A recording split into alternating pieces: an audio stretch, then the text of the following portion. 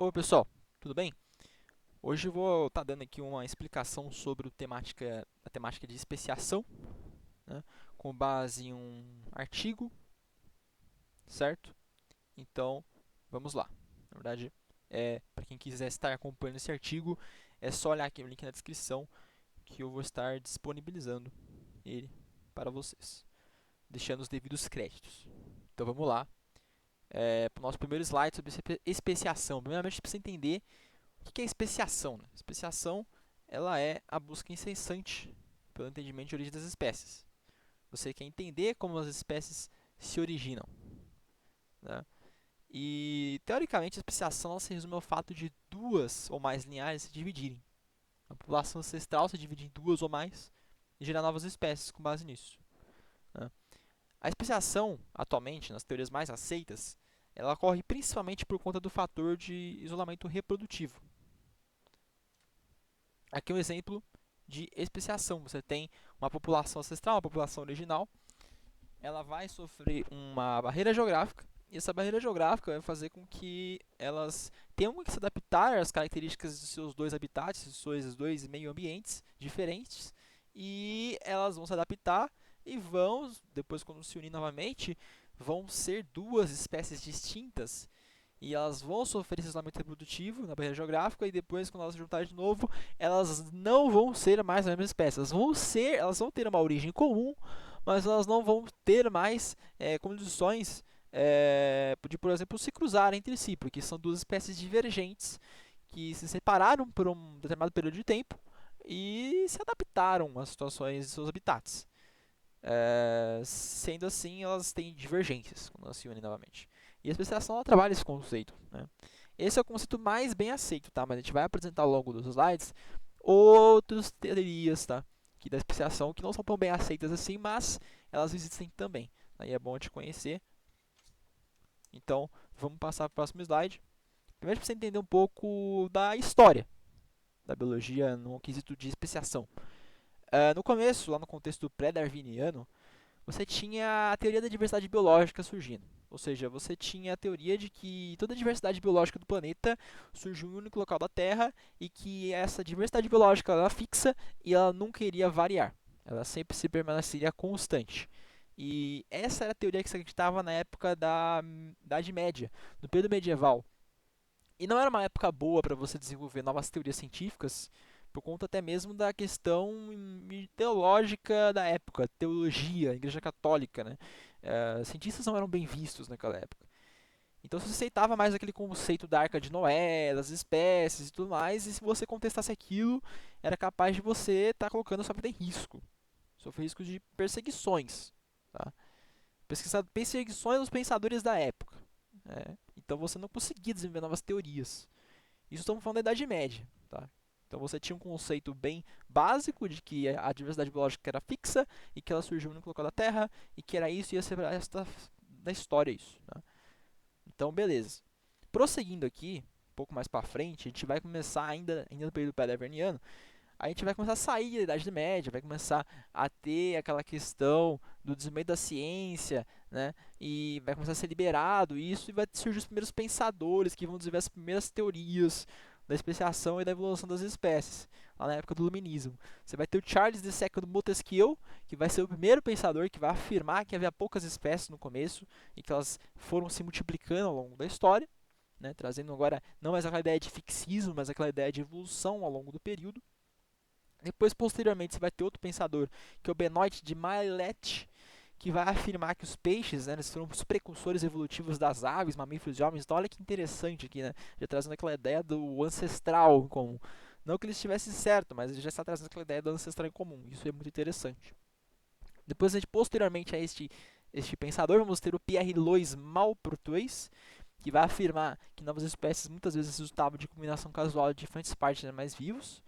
Né? Então, já trazendo aqui agora uma questão um pouco mais até avançada do conceito de evolução, tá?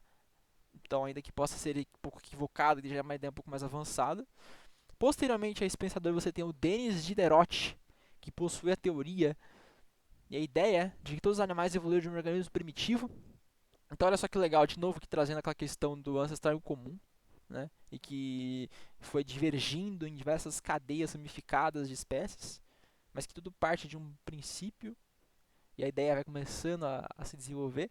Depois você tem o George Louis Buffon, que vai citar a ideia, finalmente, dos homens e primatas e de todos os seres vivos terem uma história em comum. Ele vai fixar essa ideia e falar, não, é isso. E olha que legal, agora a gente tem essa ideia da história em comum fixa e escrita diretamente. E agora, depois vai vir o famoso Lamarck, né, o Jean-Baptiste Lamarck, o Lamarckismo, né, que vai argumentar aquela questão da lei da transmissão dos caracteres adquiridos. Né. É aquele clássico exemplo, acho que todo mundo que estuda para vestibular sabe, né, aquele clássico exemplo da girafa. Né. A girafa ela estica o pescoço, estica o pescoço, estica o pescoço para tentar pegar a maçã e o pescoço ele vai crescendo, vai gerando ali um desenvolvimento da musculatura da girafa, ela vai alcançando ao longo das gerações, ela vai crescendo o pescoço dela, né? E as várias vão esticando o pescoço, vão crescendo, vão transmitindo essa característica de pescoço esticado para os filhos e até virar uma girafa que tem hoje em dia, que é pescoço grande, né? Darwin não, Lamarck, né, citava a questão de que se você, por exemplo, tivesse uma modificação biológica em seu corpo durante sua vida, você poderia transmitir essa modificação biológica para seus descendentes. Né? Lamarck ele citava isso, a lei de transmissão dos caracteres adquiridos. Mas chega Darwin e fala, não é lei de transmissão dos caracteres adquiridos, você está equivocado, Lamarck. Eu vou criar aqui agora a origem das espécies, o livro Origem das Espécies de Charles Darwin, e nesse livro ele vai citar que as espécies sofrem um processo natural de seleção natural. Ou seja, as espécies elas não vão ficar ali adquirindo características biológicas, transmitindo a sua prole. As espécies elas vão viver em ambientes e os mais bem adaptados vão sobreviver e vão transmitir as suas características bem adaptadas para seus descendentes, para a sua prole. E os menos adaptados vão morrer e não vão superar aquele ambiente. Então, de novo, olhando aqui para as girafas de pescoço pequeno morriam porque não conseguiam comer as frutas das árvores grandes e não transmitiam sua característica de pescoço pequeno para a sua prole, para seus descendentes.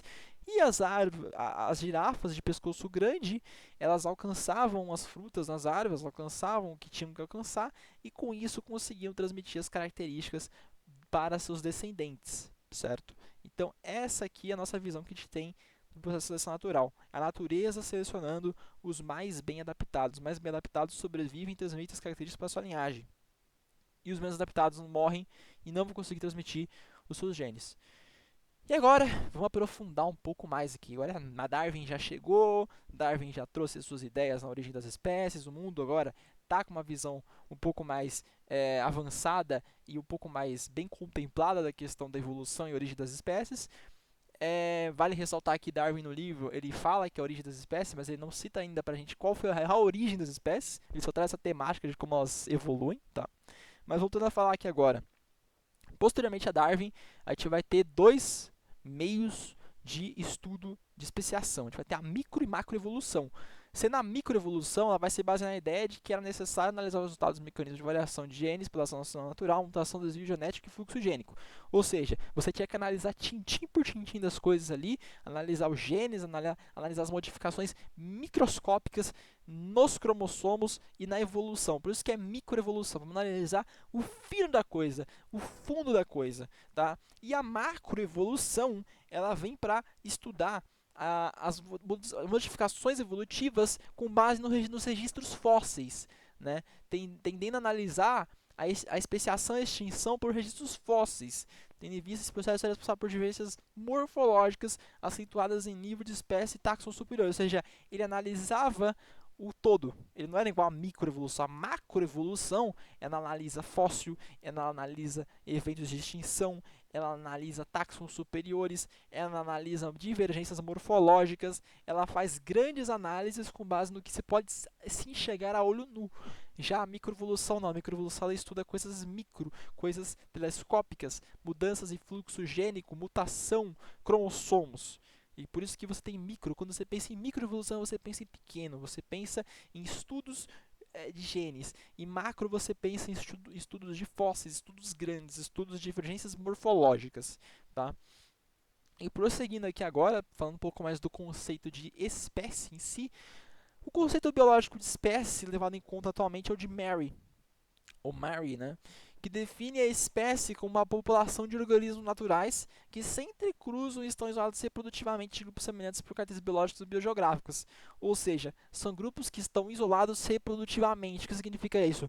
Você vai colocar um leão para acasalar com um cachorro? Você vai colocar um gato para acasalar com um lobo? Não. Essas espécies são diferentes porque elas estão isoladas reprodutivamente, certo? Então isso é o conceito de espécie. Espécie é considerada uma única linhagem de população, ancestral descendente, certo? Uma única linhagem de população que tem uma ancestralidade em comum e tem seus descendentes também têm essa ancestralidade em comum, tá? Então o conceito de espécie. Agora vamos falar um pouco de síntese evolutiva, certo? E novamente, né? As diversas teorias evolucionistas existem aí, elas estão aí, elas foram desenvolvendo, estão sendo desenvolvidas e estão contribuindo a cada dia para o progresso aí no estudo do processo de especiação, né, indicando que o desenvolvimento das ideias elas permanecem pelo desenvolvimento, contínuo a cada dia. Então as espécies estão aí, elas estão jogadas, as teorias estão sendo desenvolvidas em faculdades e grandes universidades, elas não deixaram de se desenvolver, elas continuam se desenvolvendo a cada dia e elas não vão parar de evoluir. A gente precisa ainda entender muito mais coisas que a gente não consegue entender. Tá? Hoje a gente tem uma grande base de entendimento sobre como que as espécies evoluem, mas a gente ainda tem muito mais coisas para estudar sobre essa temática. E o estabelecimento das bases teóricas sobre a origem das espécies também favoreceu o debate filosófico sobre a evolução. Então, não só o aspecto científico da origem das espécies, mas hoje em dia a gente também tem o debate filosófico que trabalha acerca da evolução, que trata essa temática tão curiosa, né? E agora a gente vai falar um pouco sobre a compreensão e avanço de seus mecanismos, né? Vamos entender um pouco mais sobre como funciona a especiação, o processo de evolução em si, né? A gente sabe que atualmente, como eu disse no início dessa apresentação, o isolamento reprodutivo ele é um fator fundamental para que ocorra a especiação. Hoje em dia a comunidade científica entende que este é o fator primordial para que ocorra a especiação, o isolamento reprodutivo, pois duas espécies separadas por uma barreira conseguem se adaptar e evoluir em seus ambientes próprios, e quando se juntam novamente, você pode perceber a formação de duas espécies distintas. É o que a gente falou da barreira geográfica, né? Da questão das espécies se separarem em dois espaços divergentes, se adaptarem às características desses espaços diferentes por meio da seleção natural, e depois, quando se unirem novamente, serem duas espécies diferentes, certo? E aqui um exemplo básico, um clássico da barreira geográfica. Você tem um tempo 1, você tem uma área 1 e uma área 2. Uma área 1 cheio de insetos, e a outra área 2 também com muitos insetos, muitos sapinhos da área 1. E a barreira geográfica é a estrada. Com o tempo 2, a área 1 fica com poucos insetos. Os sapos eles vão fazer o seguinte, eles vão falar, vamos atravessar a estrada, que é a barreira geográfica, e vamos para a 2, onde tem muitos insetos. Alguns sapos vão morrer na estrada por questão de atropelamento, e 2 sapos sobreviventes vão dar início a uma nova reprodução na área que possui uma grande abundância de insetos. Depois de um determinado período, o isolamento geográfico da estrada vai se formar duas espécies. Uma espécie adaptada a ambientes que têm poucos insetos e uma espécie adaptada a ambientes com muitos insetos. E o que vai separar essas duas espécies vai ser a barreira geográfica, como já citado, da estrada que atropela os sapos. Bom, falando um pouco aí sobre a questão da síntese evolutiva, vamos falar um pouco das teorias, né? Hoje em dia a teoria mais bem aceita é a especiação alopátrica, né? Que é algo que a gente viu na imagem anterior, né? Você tem uma especiação alopátrica, depois a teoria de uma espécie fundadora, ela vai chegar a um local e com as barreiras geográficas, né, ela vai garantir que as populações se dividam e se adaptem aos seus habitats, gerando no final duas espécies diferentes. Tá? É o que a gente viu ali na questão da estrada, os sapinhos se separando ali e gerando novas espécies, porque eles tiveram que se adaptar às condições de seus habitats. Então esse processo ele é acompanhado pela seleção natural. Tá? A seleção natural de Darwin sempre atuando na evolução. Agora vamos entender um pouco do efeito fundador. A gente citou o efeito fundador aqui na especiação alopátrica, mas o que é esse tal de efeito fundador? É simples, indivíduos de uma população ancestral, eles vão se juntar em pequenos grupos e vão partir para uma aventura, vão partir para uma área nova. E visando colonizar esta área nova, eles acabam por se adaptar à localidade, gerando assim o efeito fundador. É um exemplo aí que a gente teve na imagem, a gente está vendo várias ilhas. Né? Pense que no passado essas ilhas eram uma coisa só. Você tinha uma população ali de aves amarelas, né? Aves amarelas. Com o tempo, as chuvas foram ocorrendo e foram formadas ilhas. As aves amarelas permaneceram na ilha maior, mas teve um grupo de aves, um pequeno grupo de aves, que foi pular a ilha menor. E a ilha menor, lá elas tiveram que se adaptar e a seleção natural fizeram com que elas se transformassem em aves azuis. Por algum motivo, elas precisavam se adaptar, elas precisavam fugir de predadores. E no final, essas aves geraram um efeito fundador na ilha pequena. Porque agora você tem aves azuis e aves amarelas, espécies divergentes por conta de uma barreira geográfica que é claramente o oceano. Bom, pessoal, agora a gente precisa entender um pouco dos eventos vicariantes, né? Para conversar um pouco sobre essa temática, eu gostaria de estar abordando aqui com vocês o caso de que as espécies elas tendem a se separar devido à barreira geográfica gerada por efeitos naturais, como tectonismo, vulcanismo, aumento do nível oceano. Então, o que vai acontecer aqui nos eventos vicariantes? Né? A natureza ela tem processos que modificam o habitat. Você tem vulcões, o oceano ele aumenta, o tectonismo ocorre, continentes se separam, continentes se juntam. Então, eventos vicariantes é tudo que a natureza e os processos naturais fazem na nossa Terra. Né? E isso gera barreiras geográficas, que são feitas por efeitos da natureza. As espécies vão se separar por conta dessas barreiras geográficas, vão evoluir de acordo com seus habitats, e com isso vão gerar novas populações de habitats que divergem das ancestrais. Então, eventos vicariantes, pense em efeitos da natureza, vulcanismos, tectonismos, aumento do nível oceano, etc. E aqui uma imagem, né, da dispersão e da vicariância, né, os eventos vicariantes. Você tem uma espécie A, ocorre um tectonismo ali, uma barreira geográfica, você separa as duas espécies, depois ocorre de novo outro tectonismo, outro aumento do nível do mar, separa de novo e vai separando, vai girando montanhas ali, né, por conta dos questão da placa tectônica, ela se colide, gera montanhas, e as espécies das aves mais altas, com as espécies das aves menores ali de baixo, com a ave da ilha menor, com a ave da ilha maior, com não sei o que, e isso vai gerando uma cadeia ramificada de espécies, e quando você olha, ela possui uma ancestralidade comum. Olha ali na imagem 5. As várias espécies em várias localidades, é uma cadeia ramificadíssima, é uma árvore evolutiva, uma árvore divergente de espécies que no final possui uma ancestral em comum. Um ancestral em comum que vai se divergindo em áreas e vai se adaptando e vai gerando novos fluxos gênicos e vai gerando novas espécies consequentemente. Então tá aí, eventos vicariantes. Agora vamos falar da temática mais polêmica aqui da especiação. É a especiação simpátrica. Neste caso aqui, você não vai ter a presença de barreira geográfica. Né? Ela é bem difícil de aceitar hoje em dia, mas ela também está aí com uma teoria de especiação. A especiação simpátrica, diferentemente da alopátrica, é que a simpátrica não existe barreira geográfica. As populações elas acabam por se divergir entre si em dois modos diferentes, sendo elas a seleção disruptiva e alterações cromossômicas. Então, dentro desse quesito de modificação de espécies em um mesmo habitat, você tem duas maneiras de explicar esse efeito de especiação simpátrica, que é a seleção disruptiva e as alterações cromossômicas. Como a gente vai ver nos próximos slides, a seleção disruptiva. O que ocorre aqui na seleção disruptiva, pessoal?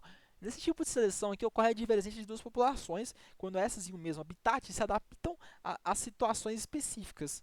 Um exemplo seria os centuriões africanos adaptados a comer sementes. Então você tem a questão de uma espécie em si, numa mesma ilha. Uma espécie específica vai comer só sementes e outra vai comer só minhocas. O bico dessas aves, elas estão na mesma ilha, mas uma só come sementes e a outra só come minhocas. Depois de muitos anos, os mais bem adaptados que só resolveram comer sementes vão ter um bico adaptado para comer sementes. E os que mais bem adaptados que só resolveram comer minhocas vão só comer minhocas. Então você tendo uma formação de duas divergências populacionais que possuem uma ancestralidade comum numa mesmo habitat, sem a presença ou a evidência de barreira geográfica. É basicamente isso a seleção disruptiva. E a presença de coevolução de duas espécies em um mesmo habitat sem a presença de barreira geográfica. Como demonstra o gráfico aí, a seleção disruptiva ali, né, a proporção de indivíduos crescendo, a população original, e depois a seleção, a população original menor. Então tá aí. E esse aqui é o mais o menos aceito para a comunidade científica atual, mas também uma teoria interessante. As alterações cromossômicas. Neste caso aqui, as populações elas podem sofrer casos de mutações em seus cromossomos e conseguir garantir uma diferenciação de gênero e especiação. A problemática envolvida nesse tipo de especiação simpátrica é que nem sempre vai dar certo, pois o simples contato... Então vamos lá, vamos entender o primeiro parágrafo aqui. A teoria da alteração cromossômica, como o próprio nome já diz, por algum motivo, na população ancestral em um habitat comum sem a presença de barreira geográfica, essa população ela vai sofrer uma divergência nos seus cromossomos, uma mutação, uma parte da população vai sofrer mutações dos cromossomos e essas mutações vão ser transmitidas às proles, às descendentes, e com o tempo vai ser gerada uma espécie nova dentro de uma população ancestral, no mesmo ambiente, sem a presença de barreira geográfica, sem a presença de especiação simpátrica. Ou melhor, da seleção disruptiva, falei o nome errado aqui, desculpe. Então, mutações vão gerar essa problemática da alteração cromossômica que vai gerar novas espécies. Mas tem um problema aqui. Isso é bem difícil de acontecer porque mesmo que uma espécie ali de tartaruga sofra uma mutação e ela fique diferente ali das outras tartarugas, é bem provável que esse caso já é raro porque é uma mutação e ainda por cima ele vai acabar cruzando ali com uma tartaruga que não tem uma mutação e nesse processo de cruzamento pode gerar uma prole que não tem mutação e vai anular completamente o efeito da mutação que essa tartaruguinha sofreu. Então é muito difícil acontecer esse caso de mutação e gerar uma nova espécie, porque mesmo que ocorra uma mutação, essa tartaruga mutante, ela vai cruzar com a tartaruga ali que não é mutante, e a probabilidade da prole ter, vamos assim por dizer, uma característica mutante que gere características de uma nova espécie é de 1/4, por exemplo. Então é muito difícil de prosseguir essa mutação, é muito difícil de prosseguir essa diferenciação de espécies, tá? E por conta disso, que são casos bem raros de acontecer isso, tá? Então é basicamente isso. Bom, especiação filética, pessoal. A especiação filética, ela é bem contraditória também. Eu acho que dentre todas as características que a gente disse aqui, ela é a menos aceita. Ela é menos aceita ainda do que a simpátrica. Por que ela é menos aceita? Porque ela diz que uma determinada espécie ela vai com o tempo se adaptando às características específicas do habitat e gradualmente vai se transformando em uma nova espécie. Essa ideia é muito contestada pela comunidade científica, pois o conceito de especiação filética esbarra primeiramente na defesa da espécie biológica e evolutiva, tendo em vista que, com base nessas definições, tal processo não pode transformar a população de uma espécie indiscriminadamente em outra, não é envelhecimento evolutivo. Então vamos lá. Basicamente, uma espécie está no ambiente e por algum motivo ela vai começar a se adaptar. Ela vai começar a se divergir e vai se transformar em uma nova espécie. É como se tivesse uma ave ali, andorinha azul, ela começasse a se adaptar a um habitat por algum motivo e do nada virasse uma ave andorinha vermelha. Mas você não tem isolamento reprodutivo, você não tem barreira geográfica. Então, para a comunidade científica, é muito estranho isso acontecer, é muito difícil acontecer e não existem evidências científicas atualmente que comprovem a teoria da especiação filética. Ela é muito pouco aceita, tá? Porque não há evidência de instrumento reprodutivo, não há evidência de barreira geográfica, não há evidência de quase nada que faça aquela espécie se modificar só por acaso, tá? Então essa é a teoria pouco aceita da especiação filética. E bom, pessoal, estamos chegando aqui no final do nosso vídeo. Antes de encerrar aqui a aula, eu gostaria então de fazer as considerações finais, né? A gente viu aqui ao longo dessa apresentação todas as teorias evolucionistas, desde do pré-darwiniano até os primeiros pensadores do iluminismo, até a época pós-Darwin, a época Darwin após Darwin, né? Os estudos que foram evoluindo, né? A gente viu a teoria que sofre mais resistência atualmente, que é a especiação filética, por não ter base, uma base concreta e poucas aplicações reais, e não ter evidência de isolamento reprodutivo e tudo mais. E a gente viu que a teoria mais bem aceita atualmente é a especiação alopátrica, por demonstrar bases concretas na teoria de Darwin ao abordar temas como o isolamento reprodutivo e a seleção natural. Certo? Então espero que vocês tenham gostado da apresentação de hoje. Espero ter explicado bem, né? E agradeço a presença de vocês. E é isso, pessoal. Obrigado professor aí também por estar acompanhando. E é isso. Para quem quiser acompanhar o artigo, aqui embaixo na descrição novamente você deixando o link para vocês, certo? Obrigado por hoje e até a próxima.